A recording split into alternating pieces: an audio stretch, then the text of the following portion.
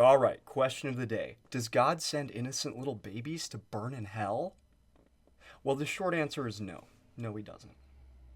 The long answer is also no. This notion is rooted in a fundamental misunderstanding of the differences between sin itself and a sinful nature. As we all know, Scripture states that we are born with a sinful nature inherited from our ancestors. This is a hereditary curse that is passed down through the generations and still plagues us to this very day. Sin nature itself is not sin, but rather a predisposition to sin. We are all born with a kill switch or malware that guarantees, given enough time, we will develop into beings that do sin. This is completely unfair, but God is not to blame.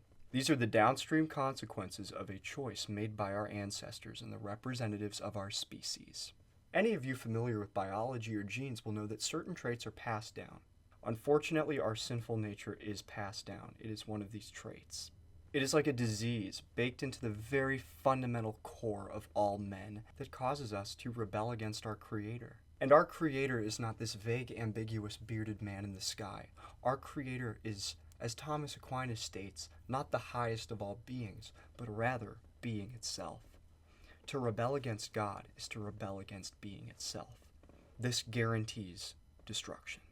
So, does God send babies to hell? No, because sin nature is not sin. Sin nature is not a transgression in and of itself, as we have discussed.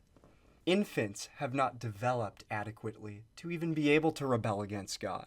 Many Christian faiths hold the idea of an age of accountability. I myself agree with this. The exact time, I think, varies from person to person, but there is a certain point in the developmental period where clearly the sinful nature starts to manifest.